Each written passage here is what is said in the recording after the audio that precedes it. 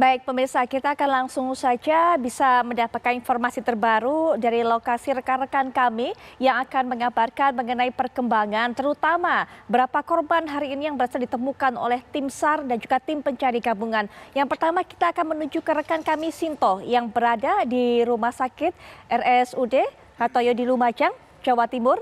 Selamat malam, Sinto. Selamat malam, Tata. Baik, Sinto, mungkin bisa berikan kabar terbaru informasi bagaimana korban yang ada di sana, apakah memang bertambah jumlahnya dan juga bagaimana kondisi mereka? Menurut data yang kami terima pada pukul 11 siang tadi, korban jiwa ada 69 orang yang mengalami luka berat, 100 orang yang mengalami luka ringan, sementara itu ada 15 orang yang meninggal dunia. Sementara 27 orang dinyatakan hilang, seperti itu. Nah, untuk pasien korban-korban yang ada di rumah sakit yang ada di Lumajang, di Rumah Sakit Umum Dr. Haryoto ada 5 pasien yang mengalami luka bakar, 3 diantaranya masih dirawat di ruang perawatan biasa, sementara dua pasien masih dirawat di ruang ICU. Sementara di Rumah Sakit Umum Pasirian ada 15 pasien, 4 pasien masih dirawat di ruang ICU, sementara sisanya ada di ruang perawatan biasa. Sementara itu di Rumah Sakit Bayangkara ada 2 pasien yang mengalami luka bakar dan 3 pasien mengalami luka bakar ringan. Saat ini dirawat di Puskesmas Penanggal, seperti itu. Silakan Sinto. Rencananya esok Presiden Jokowi akan mengunjungi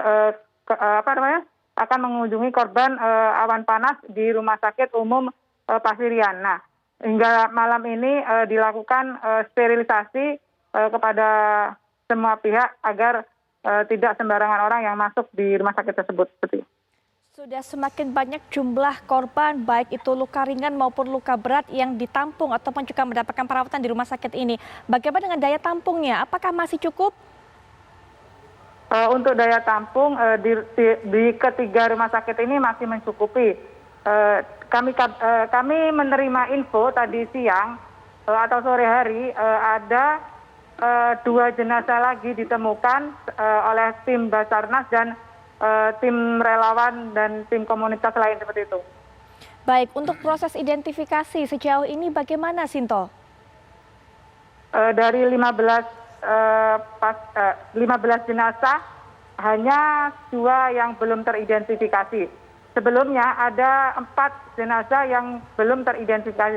Namun saat ini ada 2 jenazah yang belum berhasil diidentifikasi.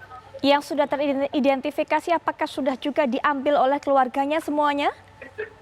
Ya, menurut tadi malam sudah ada keluarga yang mengambil dan langsung dimakamkan di rumah kerabatnya. Namun karena tidak dimakamkan di lokasi karena kondisi masih tidak memungkinkan seperti itu.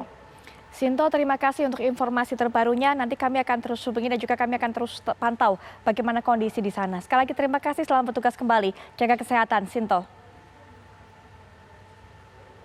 Baik, Pak Trubus, ini sudah lewat 48 jam. Sudah banyak dilakukan kebijakan oleh pemerintah.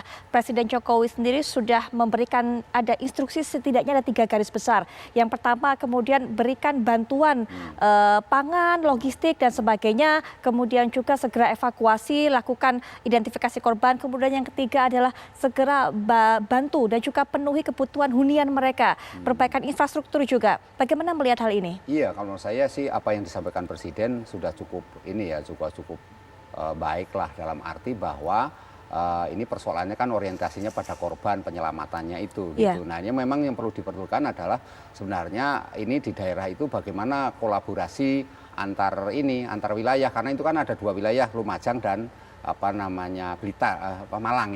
Jadi ya, menurut saya itu yang menurut saya harus juga dilihat, karena kalau kita lihat korbannya makin hari makin banyak, itu memang sebenarnya peringatan dini yang dilakukan oleh pemerintah mulai tanggal 1 itu rupa-rupanya belum nyampe ke masyarakat gitu loh. Jadi ini masyarakat kesiagaannya masih kurang gitu ya. Itu yang menurut saya memang ini pemerintah harusnya ketika ada peringatan dini itu segera pemerintah daerah juga melaksanakan menginformasikan kepada masyarakat yang tinggal di daerah rawan bencana itu gitu. Karena yang persoalannya kan daerah Pronojiwo, daerah Candipuro itu kan wilayahnya memang agak ke dalam ya. Jadi ini menurut saya memang pemerintah dalam hal ini harusnya secepat mungkin itu menginformasikan, dan sampai hari ini juga ada yang masih terisolasi kan, sebagian juga ada yang masih belum ditemukan. Nah ini juga hal-hal yang sifatnya disampaikan Presiden itu tentunya harusnya ditindaklanjuti secara cepat.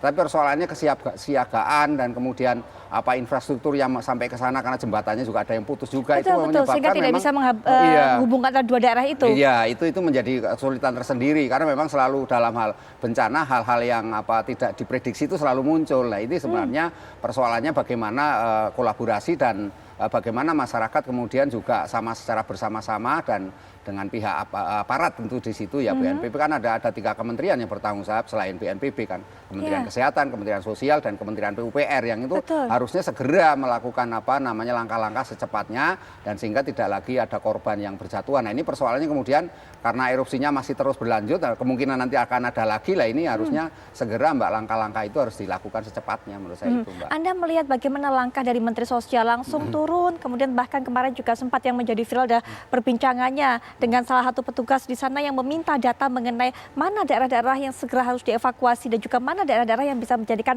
tempat pengungsian begitu.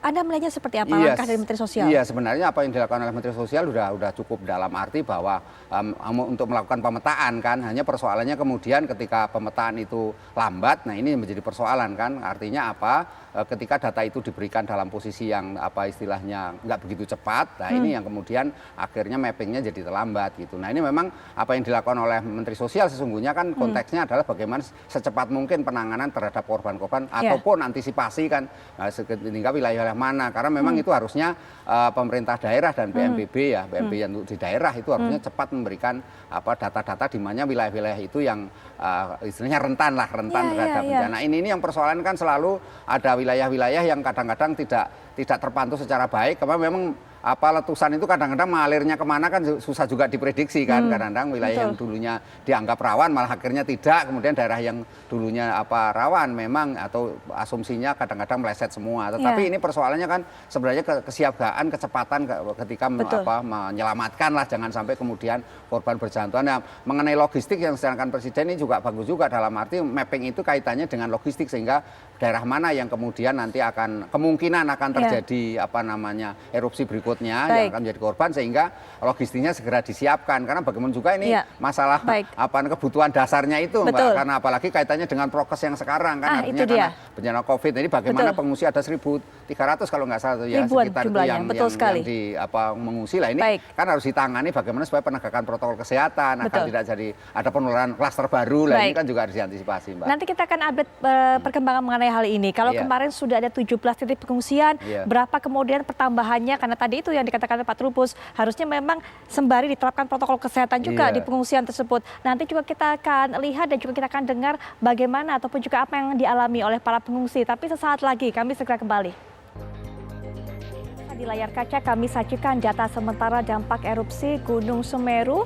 Ada warga yang terdampak, kemudian juga jumlah pengungsinya serta titik pengungsian. Memang semalam sesuai dengan penjelasan dari Gubernur Jawa Timur Ibu Khofifah Indar Parawansa ada 17 titik pengungsian, tapi di 2 titik sepertinya terlalu padat sehingga harus diurai dan ditambah lagi 2 titik pengungsian sehingga total 19. Sementara ini kemudian juga mengenai jumlah warga yang terdampak, ada luka berat, luka ringan yang mendapatkan penanganan yang sangat maksimal tentunya dan juga menjalani operasi. Rekan kami Sinto tadi sudah memberikan informasi yang lebih valid mengenai angka, karena ini adalah angka terbaru, atau rekan kami Sinto tadi menggambarkan dan juga menginformasikan mengenai angka terbaru hingga malam hari ini.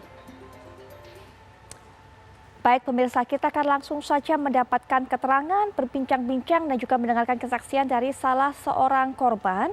Ini warga Lumajang, Jawa Timur yang saat ini berada di pengungsian, yaitu Ibu Indahyani. Assalamualaikum warahmatullahi wabarakatuh. Selamat malam Ibu Indahyani.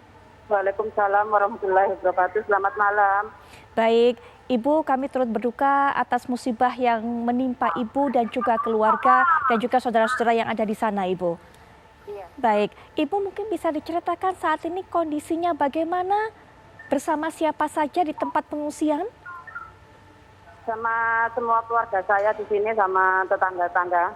Baik, tepatnya di tempat pengungsian apa Bu? Mungkin bisa diceritakan.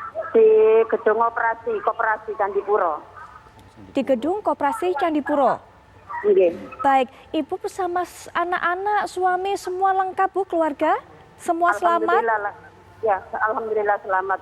Alhamdulillah selamat. Saya melihat di belakang Ibu juga banyak rekan-rekan Ibu mungkin juga sesama pengungsi. Mungkin Ibu Iya. ada informasi berapa total jumlah pengungsi yang sekarang tinggal bersama Ibu? Saya tidak tahu. Baik Ibu. Ibu bagaimana dengan pemenuhan kebutuhan Bu? Untuk makanan sudah cukup Bu sehari 3 kali? Alhamdulillah tercukupi. Baik, ada kebutuhan apa lagi Bu mungkin yang belum bisa diberikan mengenai selimut ataupun juga tempat untuk bisa tempat hunian dan sebagainya Bu? Kalau selimut cukup, Cukup? yang kurang bantal. Baik, untuk air bersih Bu bagaimana Bu? Cukup, alhamdulillah cukup air bersih. Air bersih cukup. Apakah ada bayi-bayi Bu di sana ataupun juga mungkin orang tua yang berusia lanjut? Ada sama bayi, saya juga punya bayi yang umur 3 bulan. Oh, Ibu juga punya bayi umur 3 bulan. Iya, Bagaimana Bu untuk kebutuhannya? Ada popok, ada makanan bayi dan Ada. sebagainya? alhamdulillah lengkap semua. Semuanya lengkap Bu ya? Iya. Baik, alhamdulillah. Untuk protokol kesehatan Bu, bagaimana? Karena kan yang pasti juga butuh masker termasuk melindungi Iya. Ibu dan juga semua dari sana dari abu vulkanik yang saat ini juga masih terus berjatuhan Bu. Iya, sudah semua dikasih masker. Dikasih masker lengkap Bu ya? Iya, iya sudah semua. Baik, Cukup. Ibu. Ya, Ibu untuk pemeriksaan kesehatan diberikan juga tidak Bu? Belum ada ke sini. Belum ada petugas kesehatan memeriksa kesehatan Ibu dan semua rekan-rekan di sana? Belum. Belum ada, tapi sehat-sehat ya Bu di sana? Alhamdulillah sehat semua. Baik, untuk kondisi bayi Ibu dan juga bayi-bayi lainnya sehat? Sehat semua, alhamdulillah. Alhamdulillah. Ibu Indah, ini dalam kesempatan ini kalau mungkin ada yang ingin disuarakan, kebutuhannya apa Bu? Ibu dan juga rekan-rekan lain yang belum didapatkan? Kalau kebutuhan sampai sekarang alhamdulillah tercukupi sih Mbak. Sudah cukup semua? Mungkin Iya, alhamdulillah. mungkin butuh untuk didatangi petugas kesehatan ya Bu ya, untuk bisa memeriksa Iya. satu-satu ya Bu ya. Iya, Apakah iya. ada keluhan Bu di sana? Ada yang mengeluhkan mungkin pernafasan sesak dan Belum. sebagainya? Alhamdulillah masih belum ada. Baik, Ibu Indah Yani, terima kasih sudah meluangkan waktunya Ibu yang sabar, Iya. yang tabah di sana bersama keluarga dan juga rekan-rekan. Dan semoga kami doakan sehat semua kondisinya dan segera teratasi Bu masalahnya di sana. Terima kasih Ibu Indah Yani. Ya, Selamat terima malam. Waalaikumsalam. Baik, Pak Trubus, Ya. mungkin bisa diberikan pandangan apa yang harus ditekankan. Ini kan masalah koordinasi. Ya. Pemerintah setempat, pemerintah provinsi, ada juga pemerintah pusat. Ya menurut saya ini yang perlu ditekankan adalah sinergitas ketiganya, artinya pemerintah pusat, pemerintah provinsi dan pemerintah daerah kan gitu. Karena ini persoalannya adalah bencana besar gitu, sehingga mereka ketika korbannya makin besar, makin banyak mau nggak mau penanganannya kan harus lebih baik. Nah, persoalan kemudian seperti tadi dijelaskan mengenai kekurang kesehatan, misalnya masalah Ya. kesehatan, lah ini kan harus segera cepat, jangan Betul. sampai Menurut saya kemudian perlu nanti didatangi itu, obat-obatan diperiksa. iya harus diperiksa itu didatangin ya. Saya rasa ini tugas ini ya pemerintah Pemprov Jawa Timur termasuk di Oke. dalamnya pemerintah daerah. Nah, ini harus sinergitas, anggaran harus segera dikeluarkan untuk mengantisipasi banyaknya korban yang mungkin nanti berjatuhan karena erupsi Oke. itu kan masih terus berlangsung. Itu satu. Yang kedua, bagaimana kemudian koordinasi itu ditingkatkan kan. Jangan selama ini kan seolah-olah apa yang terjadi di Pemprov ya urusannya Pemprov, pemerintah daerah juga urusan pemerintah daerah. Kemudian ini kurangnya Nggak sinkron jadinya. Ini yang menurut saya kerja tadi kekurangannya masalah kesehatan ternyata belum tertangani. Lah ini kan Baik. artinya di situ Menteri Kesehatan yang harus turun ke tanah, Kementerian Kesehatan harus turun